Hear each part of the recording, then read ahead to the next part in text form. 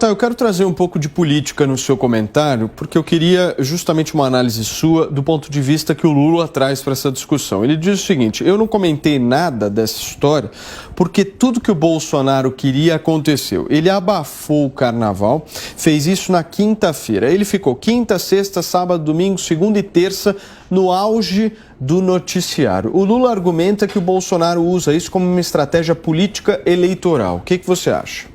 Só faltou o Lula chamar o Bolsonaro de bobo, de chato e feio. Deve ser muito duro para o Lula, né, esse Lula decadente, esse Lula que saiu da prisão, conviver com o fenômeno Bolsonaro, né, que, como eu já disse várias vezes, eu considero o maior fenômeno político eleitoral das últimas décadas no Brasil, talvez desde Getúlio Vargas. Deve ser muito difícil para o Lula, um estadista, um político, que perdeu uma chance, né, de entrar para a história, porque o Lula foi presidente do Brasil numa época em que entrava muito dinheiro, uma época em que os preços das commodities subiram.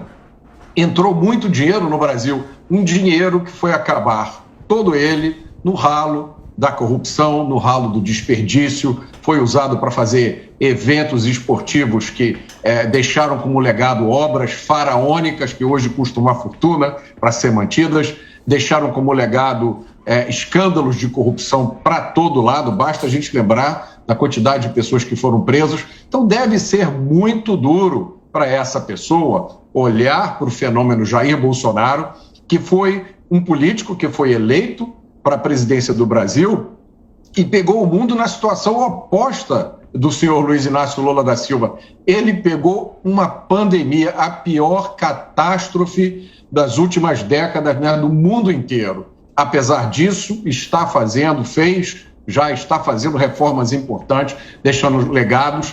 Isso deve ser muito duro para o Lula aceitar. Lógico, neste contexto todo que a gente está fazendo, a gente está enxergando, de insegurança jurídica total, e é preciso prestar muita atenção nisso que o Marco falou. É uma segurança que afeta as nossas vidas, Paulo, sob todos os aspectos.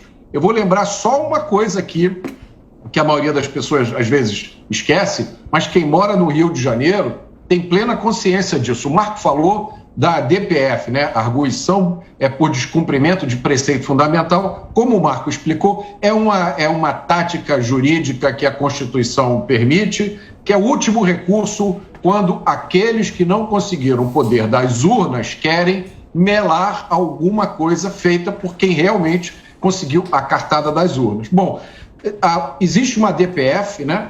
Uma decisão tomada pelo STF, na DPF 635, que suspendeu as operações policiais nas favelas do Rio de Janeiro. Essas operações estão suspensas desde junho de 2020. A razão inicial foi para preservar as pessoas que moram nas favelas da pandemia, tá? Ora, só não preservou dos traficantes que dominam aquela área. Então, essa insegurança, ela começou, vamos só lembrar, ela começou no STF, com um inquérito indevido por um crime inexistente contra um parlamentar que tem imunidade e terminou num julgamento onde a vítima também foi o juiz.